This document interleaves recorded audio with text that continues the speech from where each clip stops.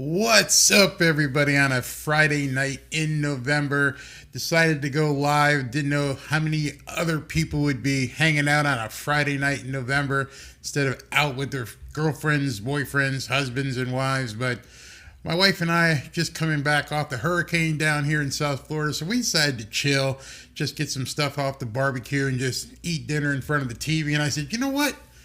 Now would be a good time to go live and talk about what I consider the top 10 keys for beating the Cleveland Browns this weekend. I look at this game a little bit different than some other people, and just in case you guys don't know who I am, my name is Barry Cunningham. I look at this game a little bit different than a lot of people will be looking at it. I see this game as what's called a trap game.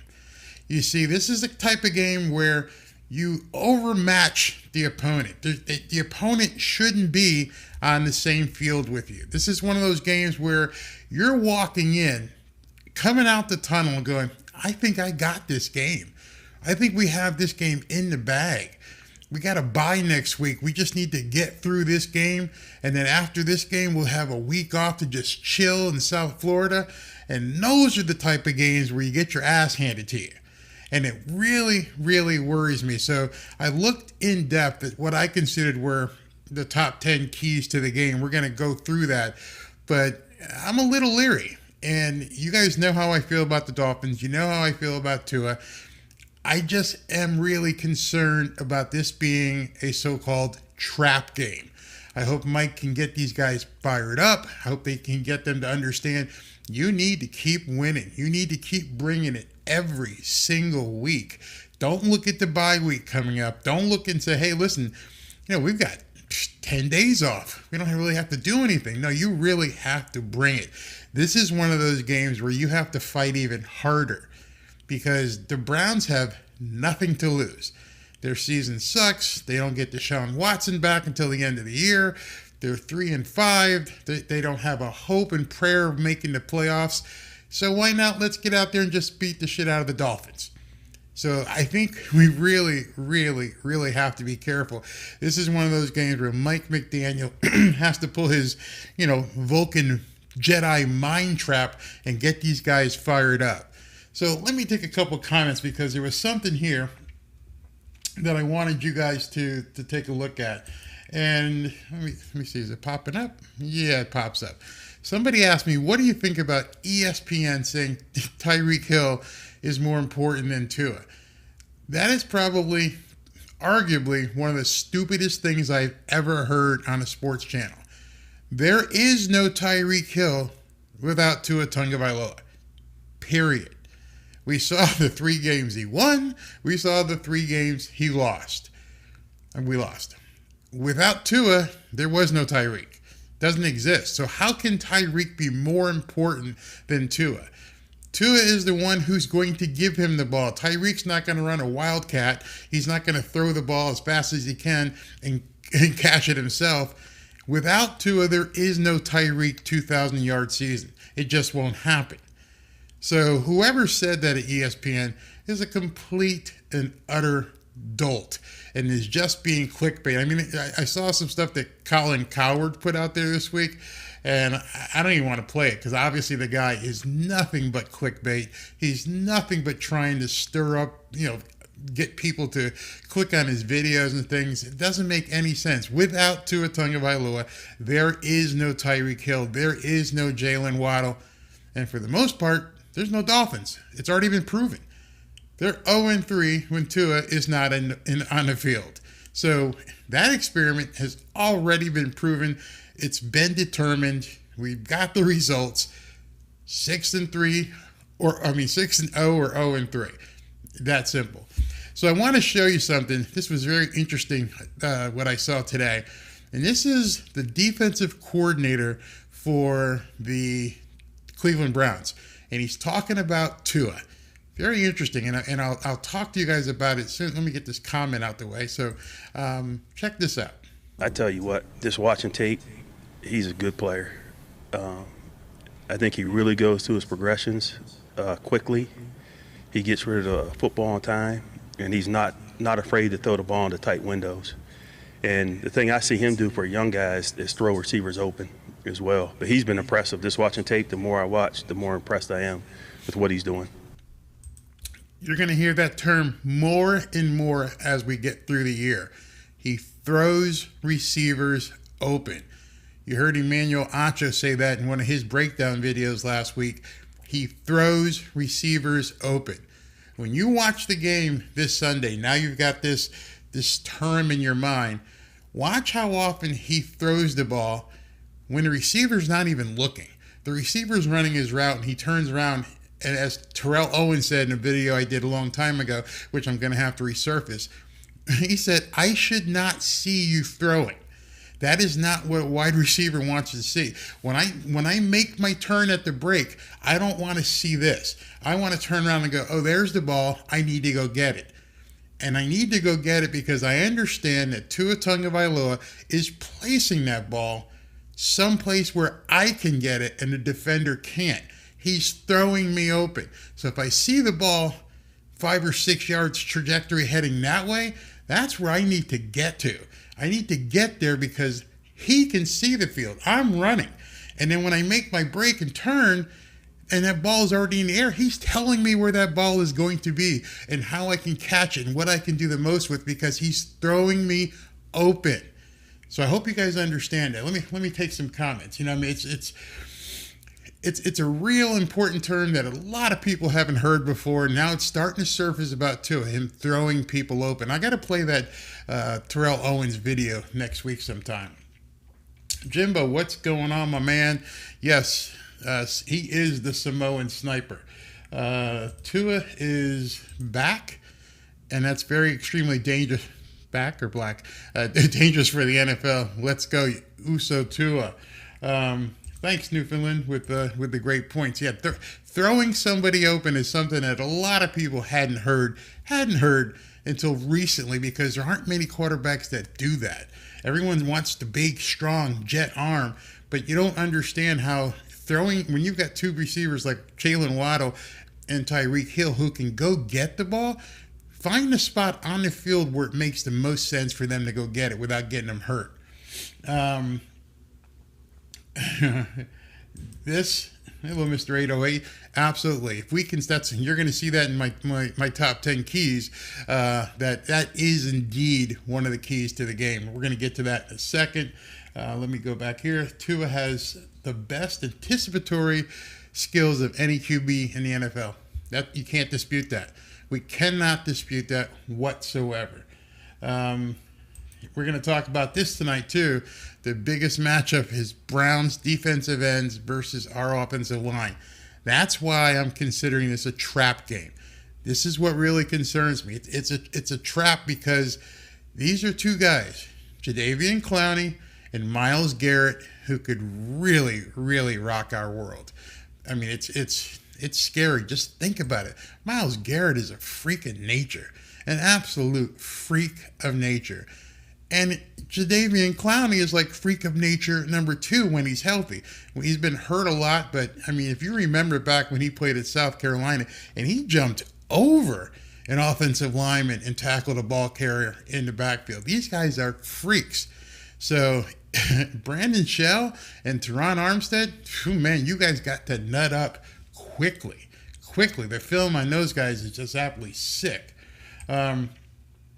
You're right. This is a super test for our offensive line and play calling. We're going to talk about that as well. Now, we're going to talk about play calling. I got a video here from Dan Orlovsky, who's really been breaking down Tua really well. And I like what he says, and he talks very cerebral. He tries to let these other idiots on the panel, including Keyshawn Johnson, who should know, or probably does know, but just plays stupid, what Tua is actually doing when he's out there on the field. They do something that I've never seen a team do. I don't see anybody else in the NFL doing it, and that's placing Tua in the gun, but play faking behind him still in their play action pass. You see how he kind of reverse pivots? That play fake now with his back. Just look at that. I just want to pause as I go through. That play action pass just froze these guys. I mean, number 53 seems to think, hey, man, this might not be what you guys think, but everybody else is heading in the other direction. Turn to the defense. It looks like he came from under center. He's hiding the football. That's what gets the defense to really commit to what that play fake looks like. Great job by Jalen Waddle of coming back to the football. I've started to see Miami just do a little bit more of that, and I think that it's a little bit of a nice marriage between that we want to live in the gun, but we still want to have an actual play-action pass that defenses buy a little bit. Usually you're catching the gun snap and faking in front of you. And Marcus and RC have talked about, like, that's easy for guys to see. The fact that they're turning his back to the defense still, I think is really interesting for everyone to pay attention to if you're going to be in that kind of offense and watch for the rest of the season. 50% of his passes basically, both RPO and play action out of the gun, equal first. Now, I understand you saw Mina Kimes going like this, like she has a clue about what he's talking about. The play action stuff that Mike McDaniel is running reminds me so much of Steve Young. I know there's been comparisons about it, and also Peyton Manning. I mean, he used to turn his back to the defense, and you didn't know if he had the ball or he had handed it off. It freezes the defense. Now, here's where it gets interesting for me. I bet you the defensive coordinator who you just saw, Woods from Cleveland, is telling his defensive guys, Jadeveon Clowney and Myles Garrett, ignore the play fake. We'll let somebody else worry about that. You guys just come. So what they're going to have to worry about, and you guys can mark it down and watch it on Sunday, if he does a play fake and this guy is just coming and Teron Armstead doesn't get him out of the way, Tua's going to turn around to a face full of number 95, which is frightening. That scares me to death. Teron, maybe he might be able to handle him, but man, Myles Garrett just scares the crap out of me. Hey Barry, do you think Josh Boyer will be fired at the end of the year? If he gets to the end of the year, I mean, it's really bad so far, and you're going to see that in the next video that I put together. Tua is great at looking at defenses and looking them off. But if I'm going to coach this team, I may tell them, ignore the play fake. If he rolls out, I want you right there in his face.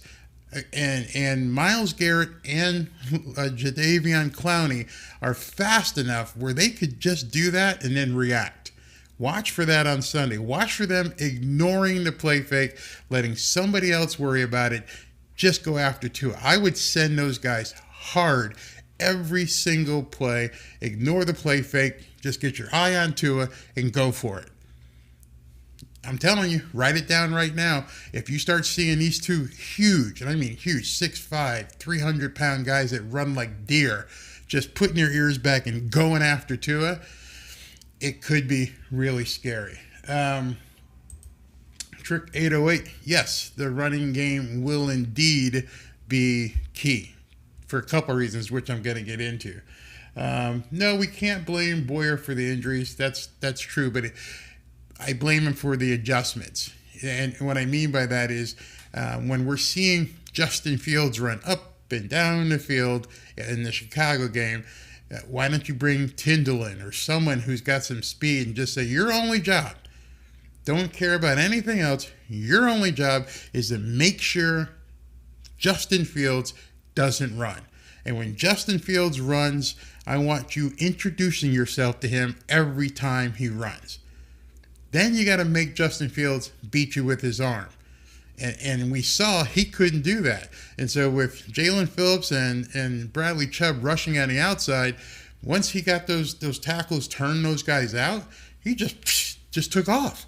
And there was nobody there. Now, if you'd put a spy on him, which, you couldn't have done any worse, put a spy on him. And so just, if this guy takes a poop, you make sure it stinks. Be right there with him. If he turns around, be right there. You're going to see it this weekend, I guarantee you.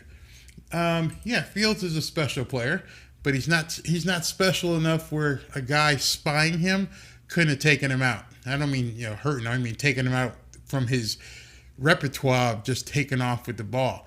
A good spy player could have stopped that. We need Deion Sanders coaching our D. Yeah, like Deion Sanders says, every play someone's going to make one. Who's going to be the playmaker? And the Dolphins, last Saturday, we didn't see one. There was no playmaker. Thank God Jalen Phillips blocked that punt and AVG took it back. But that's the kind of stuff we need to see more of. If Garrett and Clowney come that way, they'll open running lanes for Wilson and Mostert. Yeah, that's why you're going to see in this next video where I'm going through my top 10, you're going to see exactly that. That is how you counter these guys flying in. But they better be ready for it, because if they come flying in, you're going to have Wilson and Mostert acting like, Justin Fields and taking off. If it's an RPO and Tua has time to see it, yeah, you definitely hand that off. Absolutely. Generally, I don't fear the running game of other teams. We usually don't have teams run all over us. I'm more concerned with teams' passing game. Not in this game. Not in this game. Jacoby Brissett is not going to pass all over the Miami Dolphins.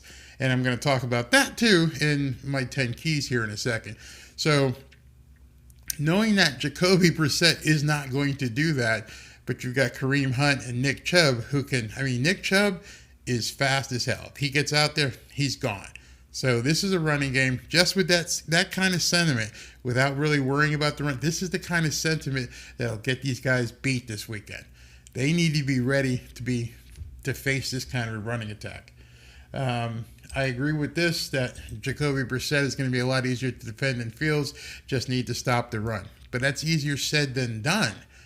Easier said than done when you've got an elite pair of running backs. Chicago didn't have that. Chicago had a great running quarterback, but they did not have two elite running backs. So you guys are asking me a lot of questions about, I love this one. Fields didn't respond to the uncoachable statement that Mike McDaniel said to him. So I'm going to get into, not to hold you guys too long on a Friday night. You guys got loved ones you might want to go hang out with. So I'm going to talk about real quick here my top 10. And so I actually had a video ready to go. I was going to do it, just post it, but I figured I might do it live instead because people may have questions. So in the beginning of this video, Chris Canty talks about how the Dolphins can't stop anybody. Watch this. That means that the Miami Dolphins need to have more pressure. You know who can do that? Bradley Chubb. You're putting a lot on Bradley Chubb because right now they're 29th in pressure percentage in the NFL. They're 29th in red zone efficiency. They're 29th in takeaways, 27th on third downs, and 25th in points allowed. These are that's a lot. We're at the bottom of the barrel in terms of defense, every stat. And so we're 9 games in, and this isn't just because Tua was gone. We can't stop anybody. That scares me. So let me play this, and I'll cut back in after each point. The top 10 keys to the Miami Dolphins beating the Cleveland Browns this weekend. Tua Tagovailoa and the Miami Dolphins look to win their 4th game in a row this Sunday at the Hard Rock against the Cleveland Browns. Here are the 10 things that I believe the Miami Dolphins must do to beat the Cleveland Browns. Number 10. Stop the run. The Dolphins got embarrassed by Justin Fields last weekend. He ran for 178 yards. That can't happen against the Cleveland Browns. If the Dolphins aren't prepared to sell out against the run, the tandem of Kareem Hunt and Nick Chubb are going to gain a lot more than 178 yards. They have to stop the run. Number 9. The Dolphins need to make Jacoby Brissett beat them with his arm. By selling out to stop the run, they can really bring the heat on the outside and force Jacoby Brissett to throw the ball and beat them with the pass. Jacoby Brissett is not Justin Fields. He's not going to get 178 yards on the run. So let's stop him. Let's force some pressure on him and make him beat us with his arm. Number 8. It's time for the X-Man to come in. If we're going to sell out to force the run, then he's going to have man-to-man on somebody like Amari Cooper, and he's got to be the X-Man of old. He has shown that he has the capacity to be a shutdown corner, and this Sunday, that's exactly what he has to be. Number 7. Teron Armstead and Brandon Shell have to stop. They have to neutralize Myles Garrett and Jadeveon Clowney. Those two guys coming off the edge can wreak havoc with the Miami Dolphins offense. So they've got to be stopped. This is no small task. Myles Garrett and Jadeveon Clowney can bring it on the edge. If we can stop them, we win. It's that clear to me. And if they don't, the Dolphins could be in trouble. Number 6. The Miami Dolphins have to allow Raheem Mostert and Jeffrey Wilson to establish the running game. And the offensive line has to show that they can run block. If the Dolphins can run the ball, it'll really take pressure off of Tua and extremely enhance the play-action game. Number 5. No stupid penalties on either side of the ball. As I say often, don't beat yourselves. Championship-level teams don't make stupid, unforced errors. Number 4. Jason Sanders has to make his kicks. The Dolphins are wasting scoring opportunities because Sanders hasn't proven to McDaniel that he can make the kicks. He needs to make the field goals or he needs to be gone. Again, championship-level teams don't have these problems. Number 3. Mike McDaniel's coaching style has a major flaw that we continue to see week after week. Something is really off with his clock management. He has to get better at that. And he's got to get the plays into Tua much sooner. That has to change right away. Number 2. Win the turnover battle. That may go without saying, but when you're playing a team that you have obviously overmatched, you can't afford to let them into the game by making turnovers. And you know what I'm going to say next. Don't beat yourselves. Number 1. And this should always be the number one key to every single game moving forward. That being, protect Tua Tagovailoa. The Dolphins are 6-0 when Tua starts a game and finishes a game. However, they're 0-3 when he's not on the field. When he's hurt and can't play, we lose. It's that simple. Tua, you keep sliding and throwing the ball away when the play is not there. We're all fine with that. And the offensive line, you have to block every single game like your season depends on it, because it does. Now, that's my 10. So I'd love to know what you guys think. I'm going to get some comments here. Grandizer, I love what you say here. Your top 10 is don't beat yourself, basics, tackle properly. Yep, blocking and tackling. Wrap up. That's one I didn't think. Wrap up. Don't commit stupid penalties. Protect to a proper clock management. Repeat as necessary. That's very simple. Tua cannot be hit. I'm not saying he's made of plastic or glass or whatever, but you guys have got to make sure this guy is protected at all times. And then, of course, the clock management. And we saw at the end of the Bears game, we've seen it in a couple of games where the clock just keeps ticking, and they're burning timeouts. The plays aren't getting into Tua's helmet. We're 9 games in. Enough already. Hire somebody who walks around and holds on to your back of your shirt and says, "Coach, you need to call a timeout." Do something. You're looking as great as you look calling this offense. You look equally inept watching time just tick, tick, tick, or having to call a timeout and burn it. So I'm over that. A guy making millions of dollars, a professional NFL coach, no more excuses. You got to get your time management down. Robert Thompson, you smite the chip a lot on Sunday. If Gesicki can't do it, someone's got to do it. Someone's got to get in there and block. And I hope you said ready to see Chubb let his hair down. I hope you're talking about our Chubb, not their Chubb. Because, they are cousins and everything, but I just want to see our Chubb get after Jacoby Brissett and take him down often. Chubb on Chubb, absolutely. You got a little familial battle going on here. Shout out to everyone chatting, watching the live stream around the world. Thank you, Grandizer. You're always doing that, and I greatly appreciate it. This stuff isn't easy, so I try to get through it. And I hope you like that intro video.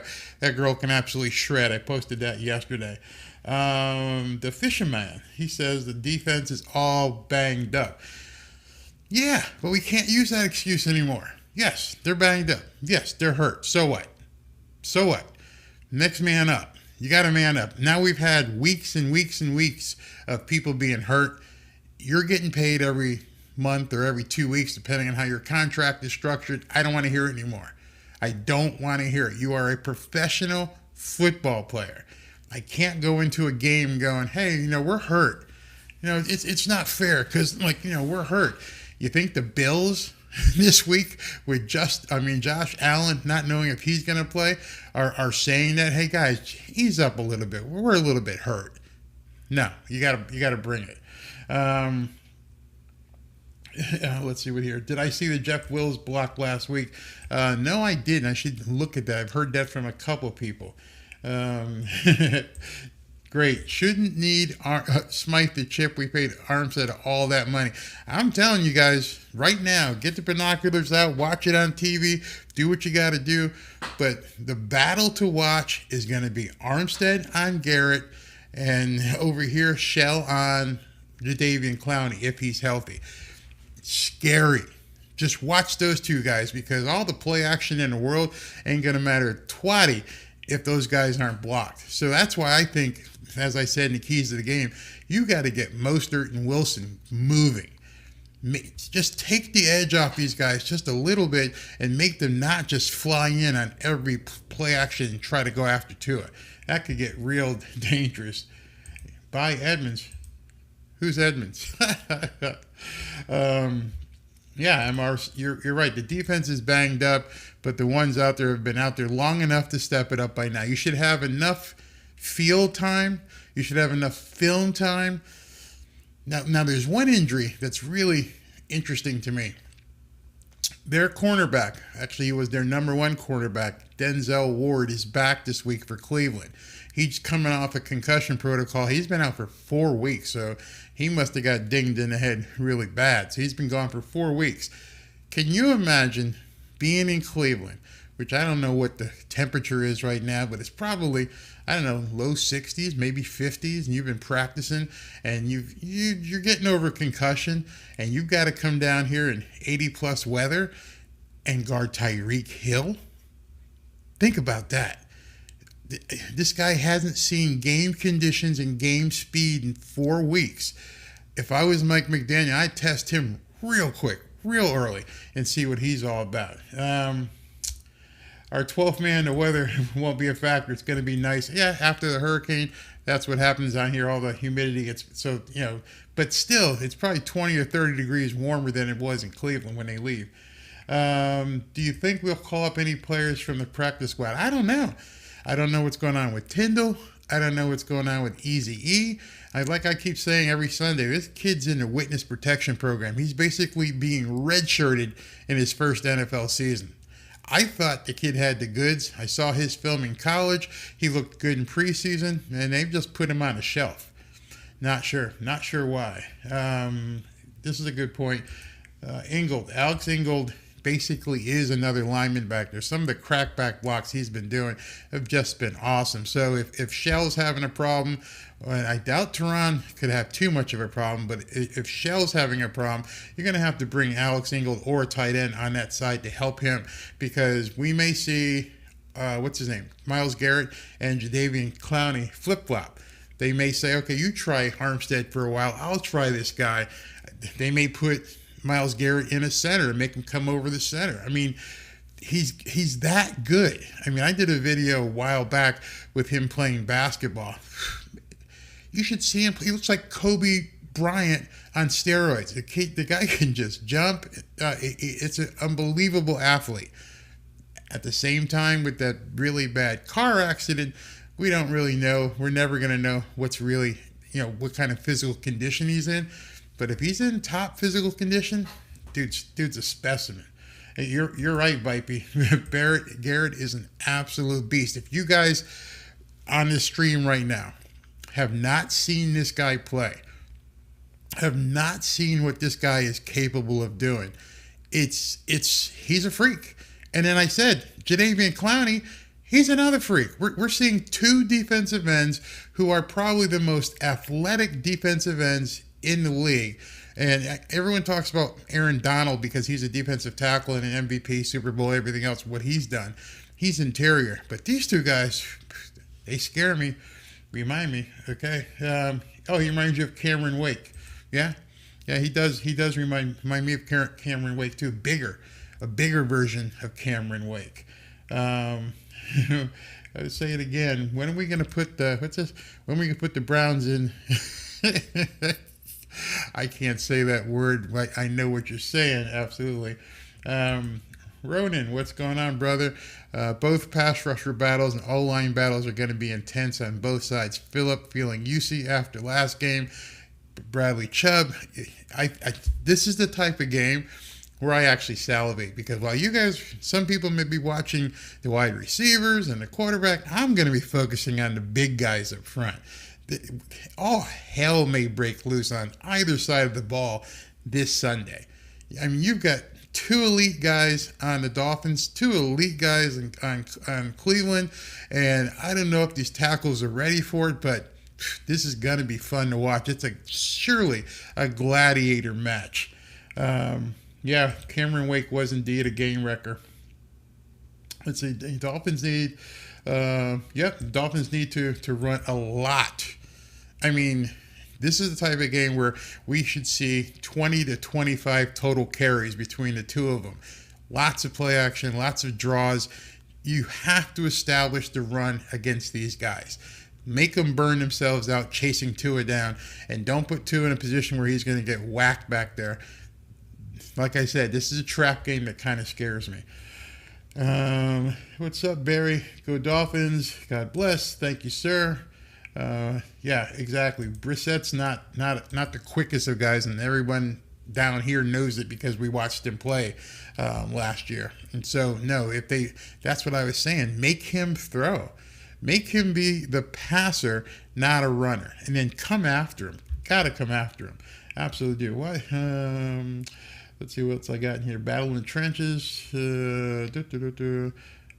Welker comment. Wes Welker said he is doing okay, but he's only learning one position. Sanders got the promotion because of injuries to the wide position he's learning. What do you mean he only has one position? He's a wide receiver. Do they want him to play tight end too? Or is Mike McDaniel want him to, he's too big to go in the slot? He's way too big. I mean, he's 6'4", 6'5".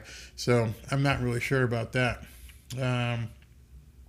Yeah, I would find a way to put somebody over there to help Chip Garrett. I'm telling you guys, watch this game Sunday night. We'll be on. I mean, Sunday afternoon we'll be on, and I just don't want to call this guy's name all game long. That's going to be scary. Yeah, Ingles should help. Who gets more yards this week? Wilson, Waddle, or Wilson, the running back? That's interesting.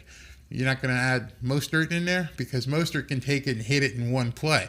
I guess so can Wilson. So ideally, I'd like to keep the defense rested off the field and see us go for 150 on the ground. I know it's lofty with what we've seen, but it's possible. It's not like the Browns have this great defense they're going to stop it. So let's go after them. Hey, Pablo, what's going on, brother?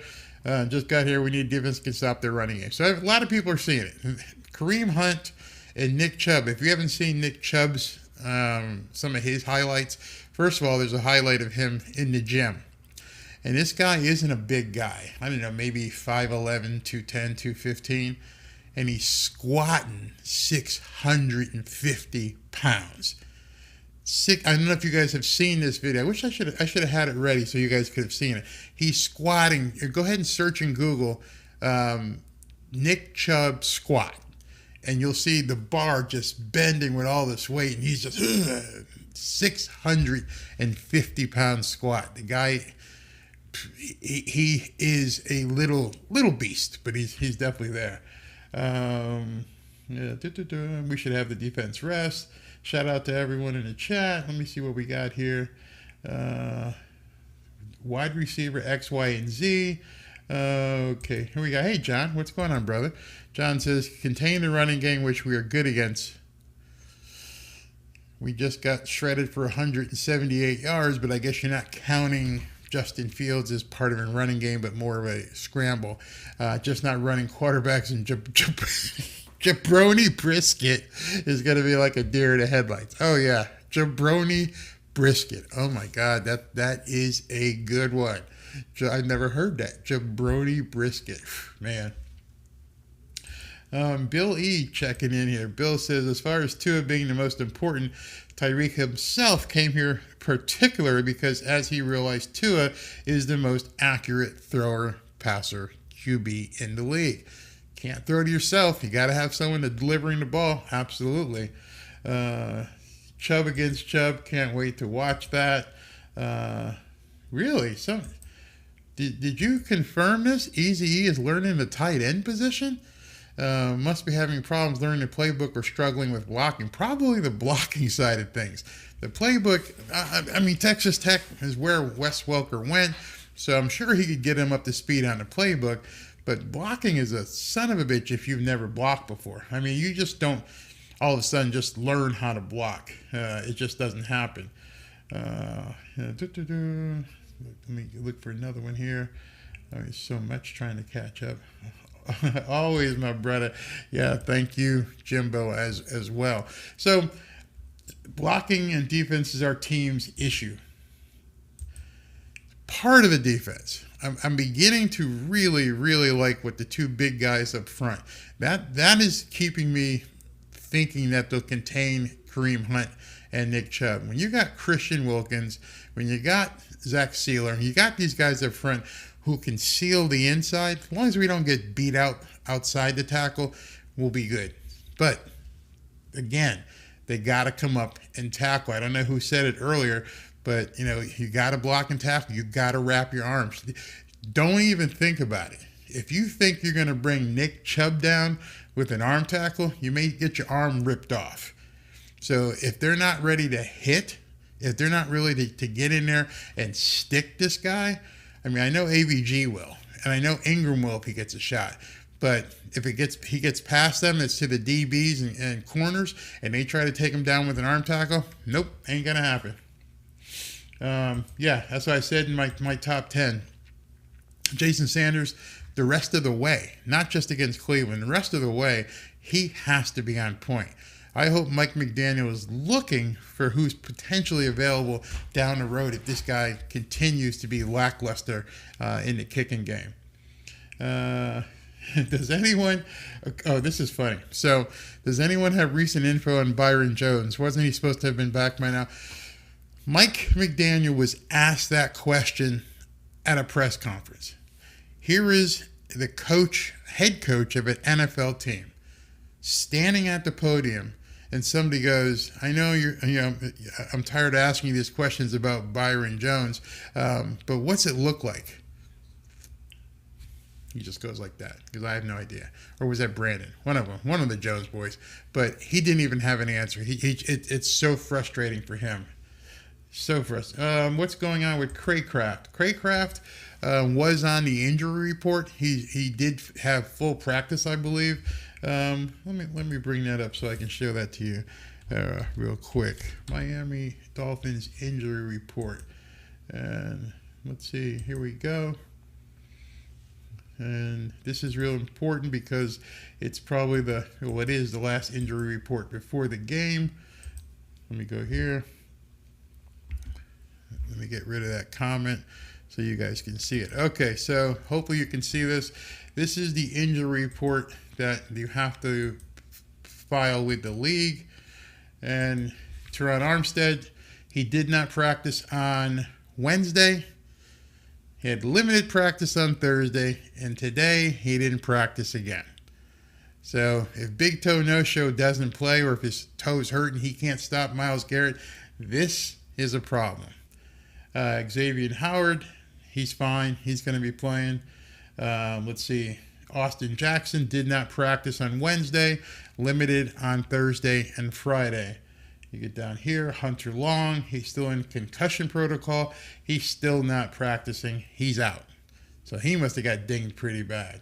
Tanner Connor, same thing, limited practice. And you just asked about River Craycraft. He's got a non-injury related illness, but he did come back and practice full practice today. So that's a really, really good sign. Raekwon Davis had limited practice. Durham Smythe limited. Jalen Waddle, that's some great news right there. He had full practice all week, so he's fine. Christian Wilkins, full practice. He's fine. Teddy Bridgewater and Zach Sealer, full practice. So that's our team. Now let's look at the Browns. And this is where, to me, it's kind of scary. Jadeveon Clowney, when I saw this on Wednesday, I'm like, maybe he's not going to play. Nope. He went full practice on Friday. He's ready. Amari Cooper did not practice on Wednesday. He went full practice today. And almost all the guys on here, David Njoku did not practice all week. That's a big one. If they lose him at tight end, that's really going to help the Dolphins. And then pretty much everybody else was limited or full. Denzel Ward, who's the cornerback coming off of concussion, full practice. And then Wyatt Teller, their starting guard, he's limited, but he's probably going to play. So that's their entire injury report. I don't know if you guys have seen that before, but it's something I always take a look at to see where things are. And I'd hate seeing Teron Armstead on it every single week. Every single week he's on it. Let's see here. Good. Who's this? Good. He's great in the red zone with Tua. Craycraft reminds me of Welker. Yep. Yeah, actually. So he'll be back. I think Tua does like him as well. Why is Teddy questionable? Not sure, but questionable for a quarterback. I mean, unless you see them activate Skylar Thompson, which you'll know that Sunday morning, that means that Teddy will probably be okay as a backup. This game, what'd you say here? This game's like going through multiple car crashes. Hard to stay healthy, even in the soft version of the NFL. That is a great comment. Unbelievable comment. Yeah, I mean, it just seems like it's injury after injury after injury. And if you notice, one of the things I wanted to show you guys is how many people just don't practice during the week. So there's really no practice on Monday and Tuesday. So if you don't practice Wednesday, you're not practicing. You're not hitting anybody. How do you expect to be able to go live and tackle people? You're doing it from muscle memory on 1 or 2 days practice. Any of you guys that played football, can you imagine practicing 1 day a week? 1 day. And then showing up on Sunday and go, yeah, I'm good. I'm good to go. I got this, coach. But this guy just ran past you. Xavier. The guy ran past you. Oh man, my groin was hurting. You know, it wasn't really. It strained my groin again. That's a problem in the NFL. These guys are being paid so much money. They are an extremely high valued asset to these NFL teams, and they can't practice. Sunday has become actually a game of guys just showing up to play. And that, in my estimation, is why so many people are getting hurt. You just can't I mean, I just showed it to you. You can see it actually here. When guys aren't practicing, there's no practice tomorrow, so nobody's practicing on Saturday. Most of it on Wednesday was a walkthrough in shorts. So unless you practice today, and I bet you it's limited hitting, I bet you they're not full pads hitting. They're running plays and stuff like that. So if you're not hitting, if you're not having to go through the blocking and tackling that you did maybe during preseason, you're doing it all from muscle memory, and you're hoping that your guys perform better than the other team. See, back in the day of Jack Lambert, I know I'm dating myself, and Lawrence Taylor, those guys hit you. They hit you. When they came at you, they were looking to take you down. And they used to hurt their own players during practice, which, you know, obviously the NFL had gotten to a point where like, hey, man, we can't do this. These guys are getting paid millions of dollars. We can't destroy our own team in practice. So what do? Well, let's just not hit anymore. But then on Sunday, the games look like shit. So we're going to make sure we call penalties on pass interference or lining up off sides, or maybe we'll start going to flag football. But when you're paying people millions and millions and millions of dollars, they are a high-valued sports car that you don't drive on I-95 just on a ride. That's football these days. Yeah, Marino used to break his fingers during practice. These guys used to play. They used to play hard. Pablo says, "Oh, Barry, you're spot on. When I was in the Rangers, my first sergeant used to say a pint of sweat would save you a gallon of blood when the bullets start flying." Yep.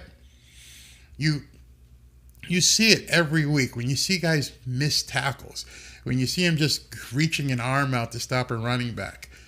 You can't do that. And I'm telling you right now, don't think you're going to bring Nick Chubb, who squats 600 plus pounds, down with an arm tackle. Nope, you better stick your shoulder in there and hope you bring him down and wrap up. Otherwise, he's going to run right through you. That's the kind of stuff that scares me. A lot of people say, "Oh, we need to stop the running game." There's only one way. There is only one way to stop a running game. Stop the running back who's coming through the hole. That's it. I mean, back in the day when we used to do Oklahoma drills and literally line up face to face with somebody and break down and hit them. They don't do that anymore.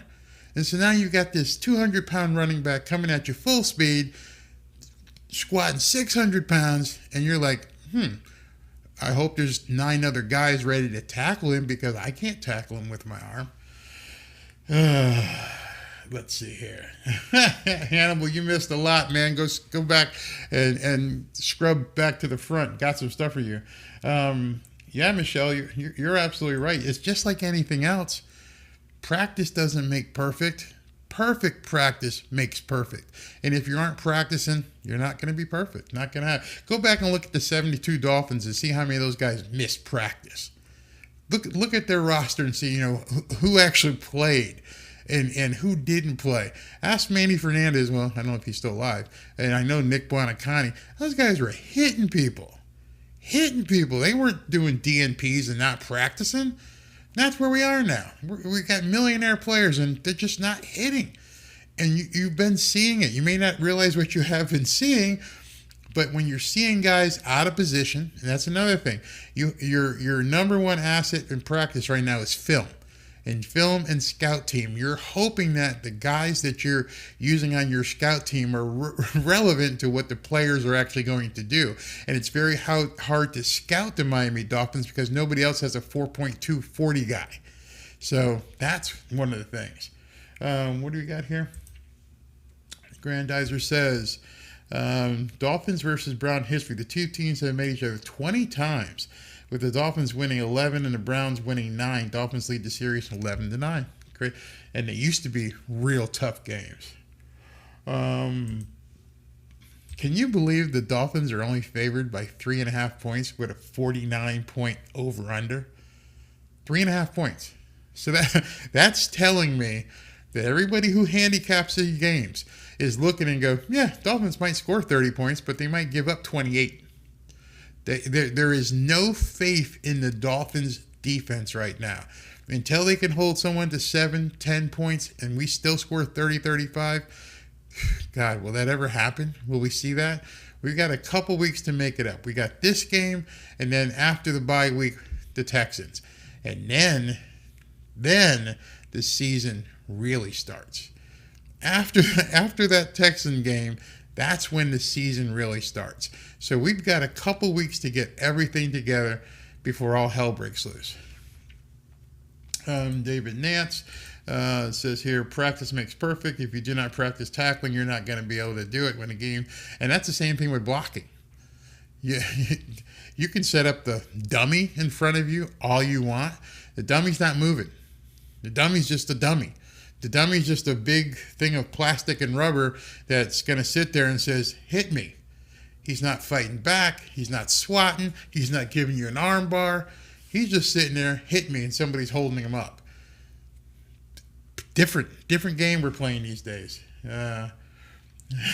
Watching Tua is like watching Barry Bonds at bat and must-see TV. Yeah, and understand, now we've talked a while about hitting and tackling and all this kind of stuff, and the real-time speed of playing these days, that you can't replicate that in practice. You don't have track stars running around during practice. And the first time Denzel Ward, coming back from 4 weeks of concussion treatments, is going to see he's going to have to line up with a 4.2 wide receiver. And it's not so much that Tyreek is 4.2. I did a video a while back. It's his acceleration, where it may take other guys 3 or 4 steps to get to a certain level of speed. He's there at 1 or 2 steps. And so now, that's why when you watch him, he's doing all these motion, and he'll turn around and go back the other way, because he only needs this much. He only needs this much room. You know, I'll go a bit later, about a yard. So imagine you're trailing a guy and you've got a yard separation, and he runs a 4.2 and you run a 4.4, and you have no idea where he's going. That's a recipe for disaster, and that's why the guy's going to get 2,000 yards this year. Oh, yeah, and I forgot about this part. And he's strong as a bull. The guy looks like a bodybuilder, and he can jump like a gazelle. So his physical attributes are through the roof. That's setting the edge. Well, you're talking about Jerome Baker. Setting the edge, and Jerome Baker and whoever playing strong got to lay it out there, because the D-line will come to play. Yeah, the D-line just gotta get those guys to force everything inside. Force it inside, and let Wilkins and Sealer and even Raekwon Davis, let them handle some stuff there. That's what I want to see. You trying to jinx him? Tyreek is so jacked. You want a random drug test? Whew, that's all we need. We got guys up in the booth looking for concussions, and now we got other guys doing drug tests for steroids. Please, no. Yeah, I think we can go 7-3. I think we can go 8-3. We should be able to beat the Texans after the bye week. Beat the teams you're supposed to beat. You're only favored by 3.5 points. You got to stop that. The Dolphins have to win games decisively. Break these teams down and win by 14, 15, 20 points. Defense has got to stop playing the shootout game. Can't do it. Let's see what else we got here. It's the Gatorade. Chris Mullins, Jesus. Let's see what we got here. Remember the video, guys. It helps Barry out. Yeah, thank you. So hit the like button. Strike fast, strike hard. Can't see the team. Oh, okay, here's something. Okay, Robert says, I can't see the team falling into a trap game. They have worked so hard and get so little respect, they will come out hot. We've had a few trap games. The Detroit Lions was almost a trap game. The Chicago Bears was almost a trap game. Those were 2 games we should have won decisively. And now you're talking about a team that's even worse, that we're only favored by 3.5 points. You're right, they should come out hot. But unless something happens differently with the defense and they really, really step it up, I don't want to see this get into a shootout. The good thing about it, if it goes into a shootout, I think we win. I don't think Jacoby Brissett can stand with Tua at all. I don't think his guys can follow Tyreek and Jalen Waddle and Gesicki for 4 quarters. Don't think it's going to happen. All right, guys. Yeah, we did nearly lose the Bears game. And John R. says, Miami Dolphins quarterback Tua Tagovailoa to Fox 22 NFL midseason MVP. Gotta like that. So anyway, I will see you guys probably with a recorded video tomorrow. And then, of course, we're going to do a live show broadcast during the game at 12:45 on Sunday. And then about an hour after that, I've got a real special broadcast plan with some really neat graphics and sound effects in the post-game wrap. So I'll see you guys tomorrow. If you guys want to log into the channel, I'll have something posted. But in either event, see you Sunday if I don't see you tomorrow.